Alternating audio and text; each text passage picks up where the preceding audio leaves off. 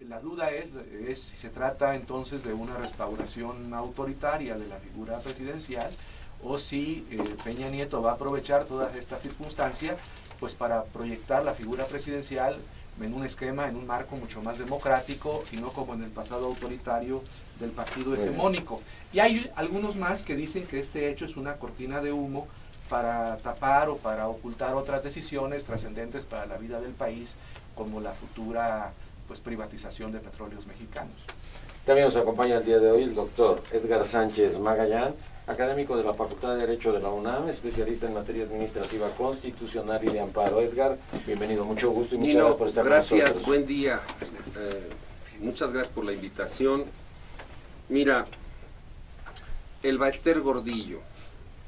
Me parece que el tema de la señora hay que tocarlo desde 3 puntos de vista sustantivos. El político es uno, y ese me parece que empezó a resolverse porque el ciudadano presidente ya convocó al Pacto Federal. El Pacto Federal lo integran los estados. Y ya el secretario de Gobernación y el Procurador General de la República a los representantes del Pacto Federal les dio un informe del tema. ¿Por qué? Porque es un sindicato que es uno de los más importantes del país, con capacidades económicas y capacidades de movilización. Preciso. Ese es el tema político, que tiene todavía muchas más vertientes y que por supuesto son más duchos otras personas que yo para poderlo tocar.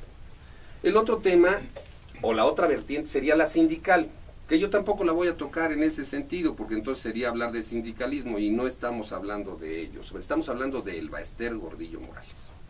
Y ese es el tema jurídico. El tema jurídico es: ¿fue bien consignada la averiguación previa? ¿Fue hecha de su conocimiento la averiguación previa? Es decir, ¿tuvo derecho de defensa como cualquier persona en términos del 20 constitucional? ¿Fue legalmente emitida la orden de aprehensión? ¿Hubo querella por parte del pasivo, quien es el dañado patrimonialmente? ¿Qué es el sindicato? Es el sindicato, que es una persona jurídica, y el patrimonio del sindicato es el dañado. Y entonces el área de inteligencia de la Secretaría de Hacienda, que formula la denuncia, es evidente que la inicia la averiguación previa a la Procuraduría General de la República, pero ninguno de los que estamos aquí, y eso te lo puedo casi asegurar, hemos leído el expediente. Y si no hemos leído el expediente, no sabemos si hay querella. Todo tipo penal patrimonial requiere querella de parte legítima. Y la Secretaría de Hacienda no es el sindicato. Y entonces tenemos que ver la vertiente del pliego de consignación en la acusación. Eso es lo jurídico del tema. La defensa, que tras bambalinas está encabezando Pablo Chapa Besanilla, evidentemente está viendo los errores posibles en ese sentido. Es su chamba. Y sin embargo, si no hacemos las cosas a tiempo y el juez tiene la obligación de hacerlas porque el plazo constitucional está ampliado y se resuelve hasta el día lunes, sí, tiene la posibilidad de poner en orden las cosas. Porque todos estamos de acuerdo que la fama pública de la señora es de una persona venal. Pero no es eso lo que se va a juzgar en un juzgado. Es si hubo un daño patrimonial o no, y si hay los elementos jurídicos necesarios para poderla procesar y que no nos vuelva a suceder lo que sucedió con la niña Cassés.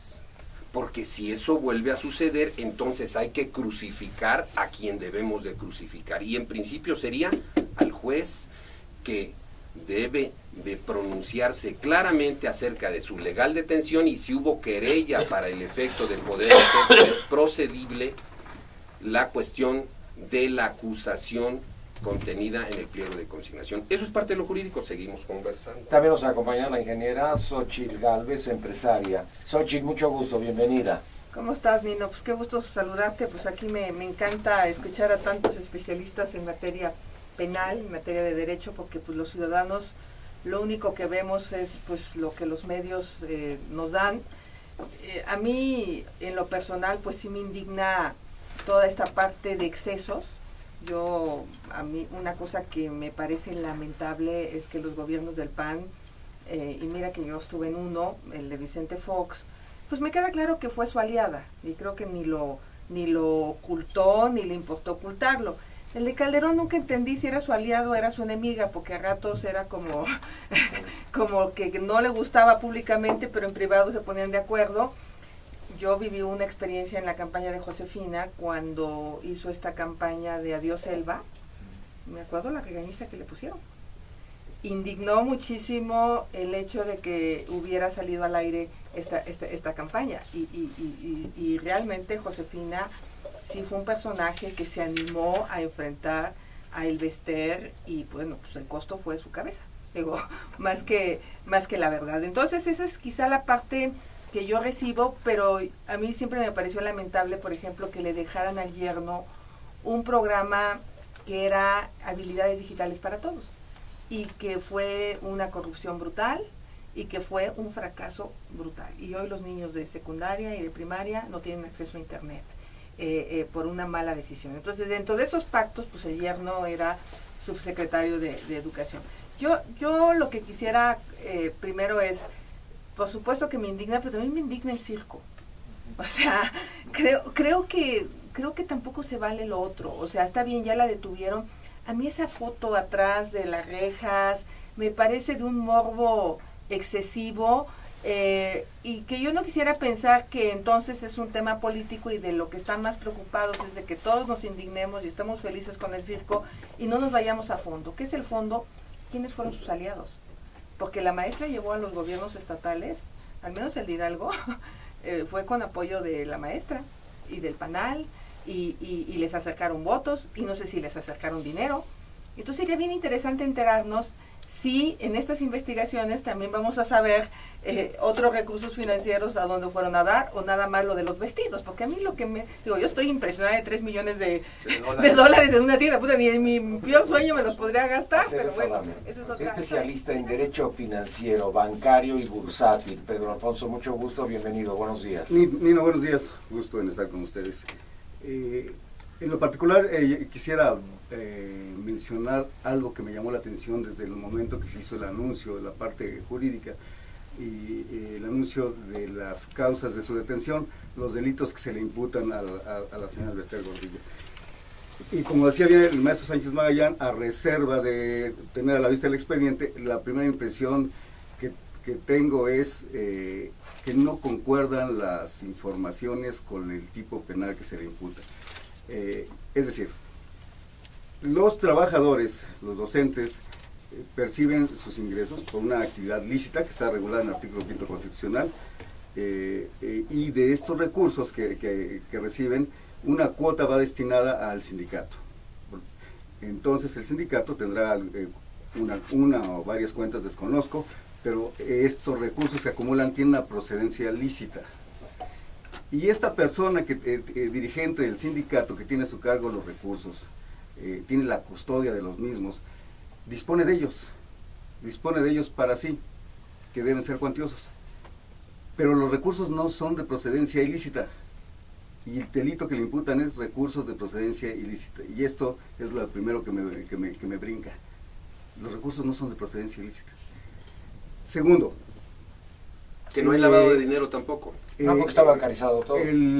Bueno, debemos de partir de un presupuesto. El delito de lavado de dinero no existe como tal en este país. Existe el delito de operaciones con recursos de procedencia ilícita. Que no es el caso. No es el caso, pero para que se genere esta condición, hay varios presupuestos. Los recursos de procedencia ilícita deberán provenir de ciertos delitos que están bien especificados en la ley, como serían delitos contra la salud en todas sus modalidades, terrorismo, compraventa de automóviles o partes de automóviles robados, secuestro, en fin, están bien especificados estos delitos. Por lo tanto, aquí también viene la segunda cuestión. No podría ser sujeta, bajo esas condiciones, la imputación de delincuencia organizada, porque la delincuencia organizada tiene también presupuestos. Existe una ley especial, la Ley Federal contra la Delincuencia Organizada, que dice que las personas que en términos generales, que se organicen para la comisión de ciertos delitos que están especificados en la ley, que son igualmente, volvemos a operaciones con recursos de procedencia ilícita, secuestro contra la salud en todas sus modalidades, terrorismo, robo, robo de autopartes y los aspectos de explotación sexual. Los demás delitos no entran.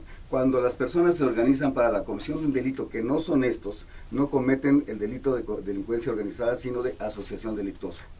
Entonces, aquí ya hay unas variantes muy importantes en este sentido.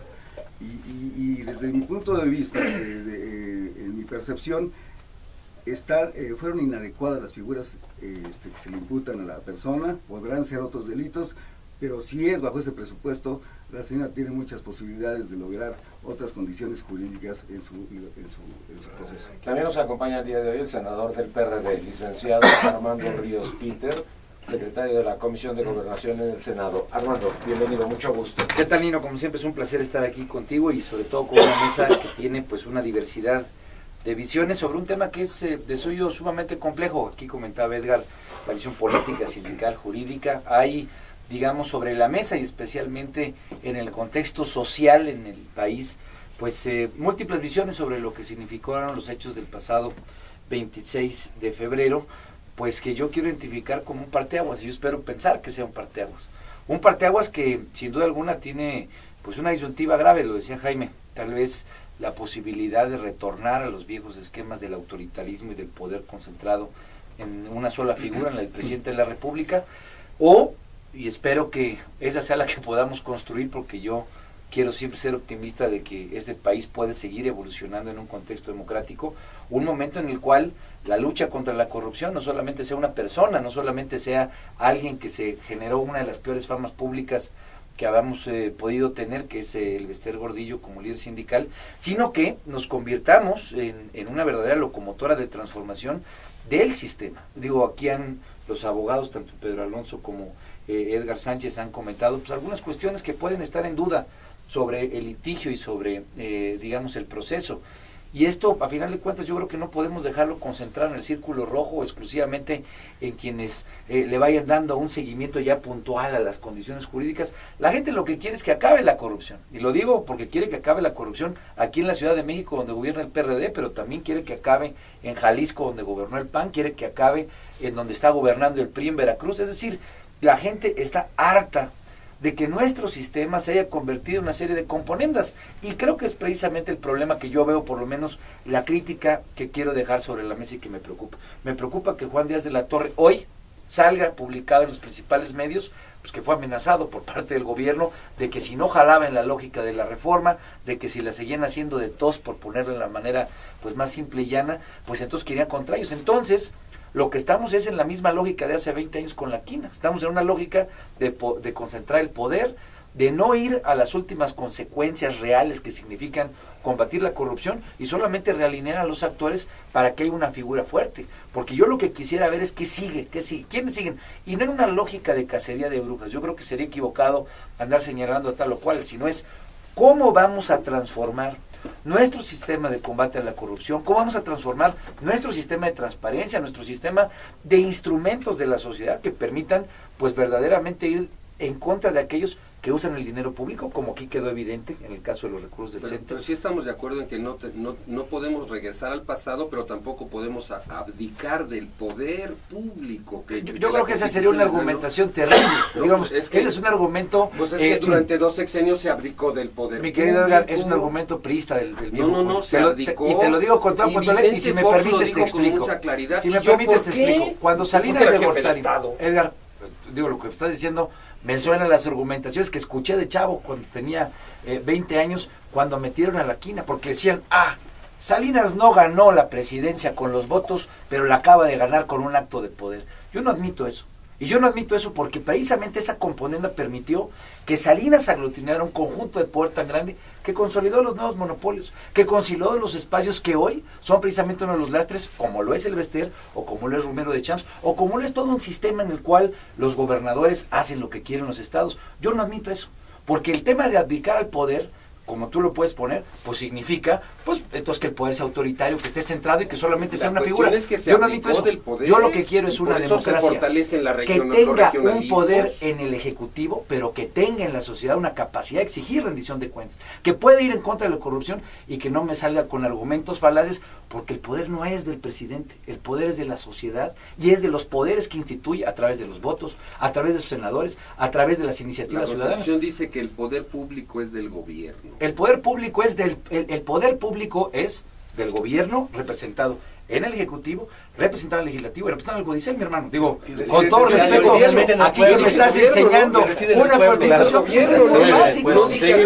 Me estás diciendo algo muy básico. Qué bueno que leíste Constitucional, y qué bueno que aquí está nuestro maestro Jaime Cárdenas para continuar con esas exposiciones constitucionales. Seguimos presentando, Es nos gobierno, acompaña pero abdicación. el secretario general de la sección 9 de la coordinadora en el Distrito Federal, profesor Francisco Bravo. Francisco, mucho gusto, bienvenido. Muchísimas gracias, gracias por el espacio.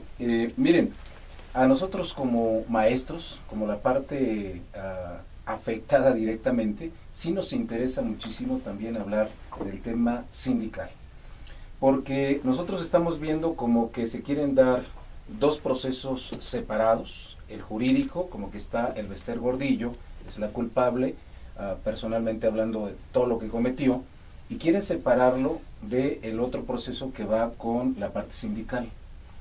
En la parte del Bester Gordillo, y queremos dejarlo muy claro, la Coordinadora Nacional de Trabajadores de la Educación, claro que ha pugnado durante todos estos años, más de 30, para que esta señora fuera a la cárcel, porque hemos denunciado en múltiples ocasiones los abusos, los excesos que ella ha tenido siempre, llegando incluso a cuestiones de asesinato. Nosotros presentamos una demanda penal en contra de ella por la desaparición, el asesinato, por ejemplo, de maestros como Misael Núñez Acosta, y nos dieron carpetazo. Es decir, desde aquel entonces, es decir, siempre estuvo protegida por los gobiernos en turno, ¿no?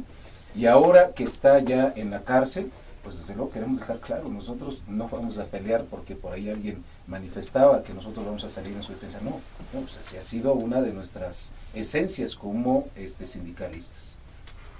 Pero también queremos tratar el otro aspecto. Nos parece francamente increíble que quien haya quedado al frente del sindicato sea precisamente una gente cercanísima a ella, o sea, de su mismo equipo. Y entonces, para nosotros la señal que está mandando el gobierno es contra el Bester unipersonalmente, pero está dejando de lado la estructura antidemocrática, vertical, que ha existido en el sindicato. No hay posibilidades ahora de que nosotros como maestros tengamos espacios para participar. Sí, nos han dejado. Nuevamente se definió el día de antier que una gente del mismo círculo esté al frente. Tienen que ir a la prisión preventiva quienes sean probables responsables, y la acusación tiene que ser exacta. Se llama tipicidad. Ya lo dijo el maestro Aceves Adán. Hay dudas serias acerca del tipo de acusación para la señora Elbester, aunque todo mundo tenga la idea de claramente, y que se lo haya ganado a pulso, de que tiene actos de corrupción. Si no se prueba ante un juez, y lamento diferir con el señor profesor, ella no es culpable hasta que no lo señale un juez. Esta es la idea de judicializar y de juridizar el tema. No, pero Perdón, no de politizarlo. Aquí venimos a hablar. Yo por eso dije tres vertientes. Yo no voy a tocar el tema sindical, porque ese es un tema... Sí, claro. Pero no estaba diciendo eso. Yo creo que es bueno que lo dijo, es que nos interesa porque hemos denunciado a la señora por homicidio. Sí, nada más que no fue acreditado. Pues aquí la cuestión es que si hay una consignación, si hay un auto que la retiene, si hay una remisión, si hay una queja en Derechos Humanos Nacional, y entonces hay todo un entramado jurídico que hay que resolver. Y la idea de hoy venir a hacer este acto de denuncia es para que la Procuraduría y en consecuencia el juez federal que tiene a su cargo este proceso hagan las cosas adecuadamente, No, no estamos de por acuerdo, el, no por el pero apetito estamos de acuerdo. del profesor de que esté en la cárcel, no, porque jurídicamente esté bien.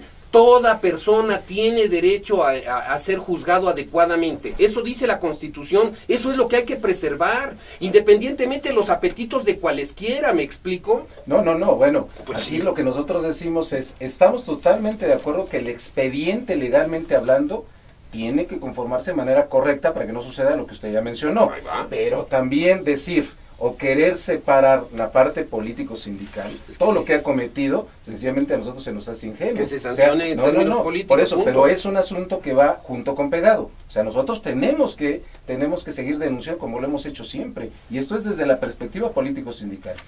Muy rápido, nosotros en la sección 9 llevamos 14 años sin poder elegir a nuestros representantes sindicales. ¿Por qué? Porque nos los ha prohibido el Bester en complicidad con los gobiernos. Eso es antidemocracia sindical, y entonces nosotros, si políticamente no le damos también este planteamiento, este aspecto, no lo revisamos, pues sencillamente nos parece que no es completo. También nos acompaña el día de hoy el profesor Alejandro Sánchez Camacho, secretario general del Comité Ejecutivo Nacional del PRD. Alejandro, mucho gusto, bienvenido. Sí, gracias, un abrazo al equipo de trabajo y por supuesto al auditorio. En primer lugar, pues el Bester Gordillo no es santo de nuestra devoción, ni en términos políticos, ni sindicales, ni jurídicos. Primero, representa el desvío de recursos de una organización sindical, la más grande, no de México, sino de América Latina. De tal forma que el ingreso por estas cuotas sindicales es verdaderamente brutal.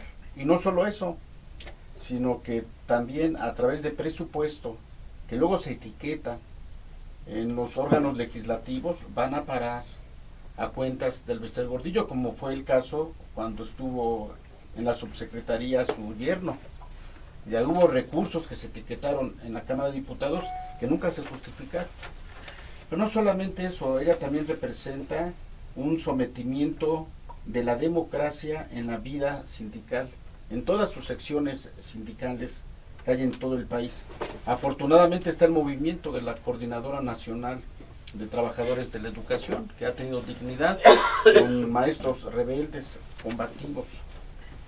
Y lo más grave, ella representa también un detrimento en la calidad de los servicios educativos, porque siempre ha sido un obstáculo para mejorar estos servicios. Para nosotros, si bien no es un santo de nuestra devoción, pero tampoco se trata de dar legitimidad a este quinazo de Enrique Peña Nieto, como lo hizo en su momento Carlos Salinas de Gortari. Fue un manotazo de Carlos Salinas de Gortari por un intento de legitimar el proceso de elecciones presidenciales que fueron muy cuestionadas. Nosotros sostenemos que fue el primer atraco que hizo el PRI, cuando en aquel proceso presidencial compitió el ingeniero Cuauhtémoc Cárdenas Solórzano. Que por cierto perdió. Y una pues las trampas. Perdió. Las trácalas quiso Edgar el viene PRI. con un acrecentado prismo de hace No, 20 años, no, pero precisamente, adelante. yo soy académico universitario. No, bueno, Yo comentarios, soy académico comentarios para Precisamente hacerlo. ese fue uno de los motivos que originó que Carlos Salinas de Gortari diera ese manotazo con la quina para obtener una legitimidad. Y precisamente fue Carlos Salinas de Gortari quien quitó a Conquitú Barrios, un gángster sindical en aquel tiempo, y puso al Bester Gordillo. Al Bester Gordillo le puso. No sé de la vida personal que hayan tenido. Lo importante lo importante es la intención, la intención Estuve en la política. cama. De tal forma que Enrique Peña Nieto, este acto con el Bester Gordillo es un acto también mediático que no va a garantizar la vida democrática al interior del CENTE, porque esa debe ser una decisión propia de las y los trabajadores, y lamentablemente tampoco va a elevar la calidad de los servicios educativos en el país, desafortunadamente. Muy bien, Jaime. Sí, mira, Nino, yo creo que he escuchado a todos los compañeros de la mesa y el enfoque pues tiene que ser integral, holístico, ¿no? Sistémico, es lo que dice Xóchitl, por ejemplo, del circo, que dice también el maestro Sánchez Camacho. el tema de un marco de la política en nuestro país en donde se arma un escándalo, pues para destruir a algún adversario político.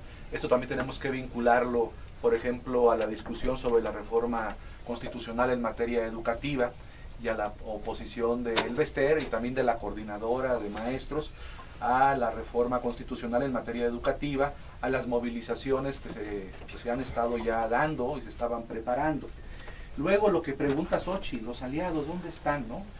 Hoy leí en el periódico, por ejemplo, cuando muere la madre de la maestra El Bester, pues todos los desplegados de gobernadores del PRI, del PAN, del PRD, dándole el pésame, etcétera. Se sabe, por ejemplo, cómo la maestra El Bester Gordillo apoyaba campañas políticas, ¿no?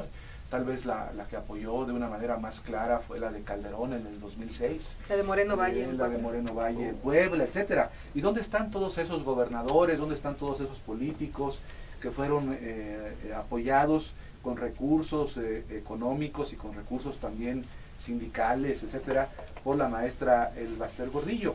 Está el tema del sindicalismo, ¿no? Es un sindicalismo, ojalá que esta acción sirviera, como dice aquí el maestro de la sección 9, pues para democratizar al sindicato de maestros, para transparentarlo, pero pues estamos viendo que no. Hay un nuevo dirigente, Juan Díaz, que es del círculo íntimo, cercano de la maestra El Bester Gordillo, que se eligió pues, inmediatamente después que la maestra fue detenida. No sabemos cómo, ¿no? Los medios hablan de cambio de estatutos, no sabemos... Que todavía no están registrados. No sabemos si no se son cumplió con un todavía. procedimiento democrático al interior del sindicato. Está también el asunto del fracaso del sistema educativo. Es evidente que la maestra o su yerno impulsaron programas en la SEP, por ejemplo de habilidades digitales para todos, que dónde está ese programa. Está el tema del presidencialismo, esto es muy importante. ¿Por qué el gobierno federal toma la decisión de iniciar este proceso penal en contra del Bester Gordillo? Pues evidentemente para fortalecer, para legitimar a la figura presidencial. La pregunta que yo me hacía, ¿se trata de una restauración autoritaria al estilo de Salinas de Gortari o es un fortalecimiento del sistema presidencial bajo bases democráticas? Creo que es muy complicado. Entonces hay muchos temas y creo que el más importante tiene que ver con los poderes fácticos y la corrupción. ¿Por qué nada más se toca a los sindicatos, a ese sindicato? ¿Por qué la acción del gobierno frente a la corrupción no tiene que ver con los grandes monopolios de este país o con los organismos financieros internacionales que determinan la vida económica de México, el modelo económico? ¿O por qué no buscamos una relación de mayor respeto con el gobierno de los Estados Unidos? Entonces, hay una serie de elementos que deben ser considerados. No podemos circunscribir este análisis a un solo aspecto, al aspecto jurídico. Yo sé que es muy importante el aspecto jurídico. Tal vez los tipos penales no sean los adecuados para haberla consignado ante el juez de la causa, pero desde luego el asunto rebasa con mucho lo estrictamente penal y jurídico y tiene que ver con la política, con la democracia de los sindicatos, con la corrupción y con los poderes fácticos en nuestro país. Edgar Sánchez Magallán. Bien, si no hubiera sido detenida la profesora, no estaríamos aquí. No estaríamos conversando sobre el tema de la señora El Bester Gordillo Morales. Quiere decir que el tema jurídico es el sustantivo y núcleo en este sentido. Porque si no se hacen las cosas bien, la señora va a salir tarde que temprano. Cuando claramente está establecido, y ahí nos han mostrado los medios masivos de comunicación, cómo se hizo la vertebración del uso de los recursos del sindicato. Y cuidado, no es a cuentas personales de ellas donde del sindicato surgen los recursos. Son a cuentas de otras personas. Y después estas personas son las que hacen el pago de gastos que ella realiza, o en sus chequeras, o en sus empresas, donde ella tiene acciones, o en su tarjeta de crédito. Para lo que tú quieras, para lo que está investigado, porque se dice que el sindicato tiene 90 y tantas cuentas, y que solamente están investigadas 2 o 3. Bueno, de Santander. Hay un montón de cosas más. Eso responde a lo que dijo Xóchitl. Hay un montón de cosas que pueden seguirse dando. Sin embargo, vuelvo a repetir, debió el sindicato querellarse. La querella es una condición sine qua non, sustantiva, indispensable, que el juez se tiene que pronunciar para el efecto de poder decretar el auto que resuelve su situación jurídica. Porque si eso no se da, el juez de amparo, aunque este sea un juez federal de procesos penales federales, el juez de amparo le va a conceder el amparo y por falta de querella se va a caer el asunto. La señora va a ser excarcelada. 1, 2. La Secretaría de Hacienda en su área de inteligencia sí tiene la obligación de revisar todas las operaciones, lo hacen. La Comisión Nacional Bancaria realiza actividades de esa naturaleza. Poncho te lo puede decir en este momento, lo hacen cotidianamente. Pero cuando hay operaciones inusuales, entonces sí toman esto. El sistema financiero está perfectamente detectado. Todos estamos detectados, teniendo cuentas bancarias o cuentas con todo el sistema bursatilizado. De tal manera que entonces, si la señora no hubiera sido detenida, no estaríamos aquí. Eso juridiza el tema. Se puede politizar, como lo dijo el señor secretario general del PRD o como lo dijo el señor senador. Ahora, el tema es, a partir de ahí, pues que hagan su chamba ellos. Él en su partido político, él en el Senado. No fue el gobierno federal el que tomó la determinación de consignar a Elba Ester. Fue la Procuraduría General de Justicia General de la República.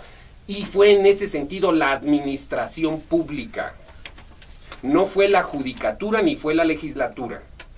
Ahí está el tema. Los legisladores les dan tipos penales en la legislación correspondiente a la Procuraduría y entonces se tiene que ir al juez para decir, guárdese a esa persona y entonces procésala. Si la procesan bien, correctamente la podrán sentenciar bien. Si no lo hacen bien así, alcaldes, gobernadores, sindicatos han entrado a este juego del poder, donde realmente el problema de fondo es la falta de transparencia y la rendición de cuentas. Porque si los sindicatos no rinden cuentas o no están obligados a rendir cuentas, pues entonces estamos a expensas a que se politicen las cosas. Pues que el constituyente opere para cambiar la Constitución. Entonces, estoy de acuerdo. Yo lo que digo, y ojalá Edgar me conteste, si una querella empieza a raíz de que el banco denuncia, porque eso lo dijo el procurador. El procurador fue muy claro y dijo, empezamos a raíz... Pero no es querella, es denuncia. Bueno, él mencionó denuncia. Bueno, denuncia, pero bueno, él dice que ahí inicia la investigación. Cuando el Banco Santander les notifica que hay un depósito sospechoso. Sí, pero eso no es querella, eso es denuncia. Está bien. Y querella y denuncia jurídicamente son dos cosas diferentes. La denuncia empieza o la investigación empieza a raíz de eso. Yo sigo sin entender si la Comisión Nacional Bancaria debe de investigar y el otro tema muy importante, pues sí tiene que seguirse con otros personajes. Yo soy una de las indignadas de la hija de Romero de Champs, en ese jet privado, en esos excesos en París, en los perros viajando en avión privado, o sea, es poca madre ya. O sea, este país ya no aguanta. Por un lado hablamos de los millones de hambre, y por otro lado hablamos del exceso de la clase política. Y cuando hablo clase política es toda, Sí. La cantidad de privilegios que tienen los diputados, los senadores, los secretarios, todo. O sea, no nos pueden hablar de IVA en alimentos y medicina si no se empiezan por eliminar todos esos privilegios, incluidos los sindicatos. Pedro. A ver, en relación a lo que cuestiona Xóchitl Gálvez, hay una figura que está establecida a través de las reglas de la Comisión Nacional Bancaria, pero también se desprende de la legislación, que se refiere a lo que en principio se llamó operaciones sospechosas, ahora se llaman relevantes o inusuales. Significa que el banquero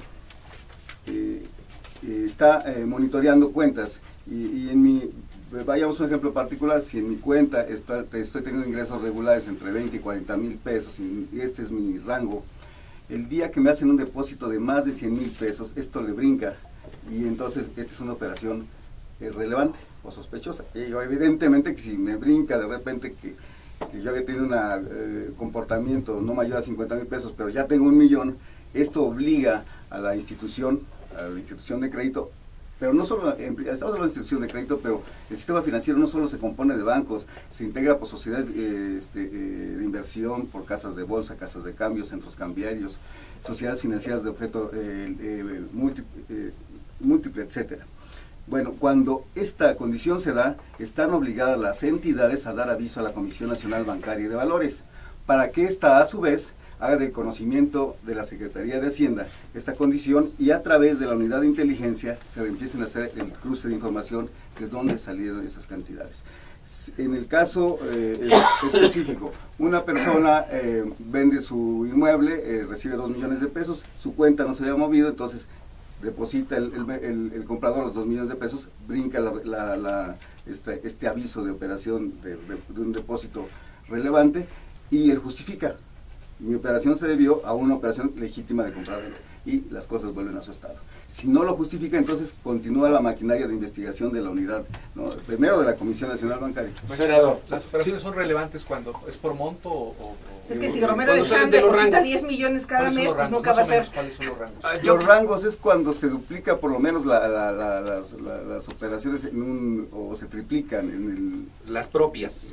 las operaciones regulares, ¿no? Porque hay Si quienes- un banquero utiliza su chequera y tiene depósitos normalmente de 1, 2 millones de pesos normales, mensuales, pues cuando lo lleva a Son 10, extraordinarios. entonces sí es A inusual. ver, yo creo que, Nino, digo, tal vez sé que hay aquí analistas que saben mucho del tema jurídico. Como abogado aprecio mucho en la parte del análisis jurídico, pero me parece limitado centrar un tema de las dimensiones de la aprehensión de esta señora en el tema meramente jurídico. Yo lo que exijo como ciudadano, como perredista, pues es que se le siga el debido proceso. Esa es la parte, me parece básica. Ahora, creo, repito, que es limitado plantear que ese es el asunto. Nosotros hemos hablado del tema del Bester, no porque lo hayan aprendido ahorita, lo hemos hablado desde hace mucho tiempo, como seguramente los compañeros de la sección novena o distintos actores en el Foro Social. Por eso me parece que hay que hacer un análisis pues que sea mucho más integral. Primero que nada, el Bester dejó de ser útil al sistema. Y le fue útil al sistema panista y le fue útil al sistema priista. Eso es preocupante por una razón, porque yo no quisiera que esta decisión solamente vea como resultado final la realineación de actores que le sean ahora funcionales a un sistema que no ha cambiado y que no ha cambiado 20, 30, 60 años y que sigue teniendo las mismas raíces patrimonialistas, clientelares, de abuso de poder, de falta de rendición de cuentas. Entonces, yo creo que centrarnos en si al Bester la aprendieron bien o mal, pues bueno, qué bueno, ese ejercicio, qué bueno que lo hagan los abogados y espero que se haga de la manera más apegada como está definida en la ley y que sea un juicio pues justo, digo, valga la más clara de los señalamientos. Pero aquí las preguntas son ¿qué sigue? ¿Qué sigue en materia educativa? En un sistema colapsado en el cual estamos en las peores condiciones, donde nuestros niños no tienen capacidad de acceder a empleos. ¿Qué sigue con el sindicato? ¿Sigue su democratización o sigue un entronamiento de un nuevo actor y líder? ¿Sigue la descentralización o vamos a seguir teniendo el sindicato más pesado que siga teniendo ahora, como brazo del presidente de la República, una injerencia desastrosa en los estados? Yo creo que hay que pensar estas variables para que la descentralización sea un efecto.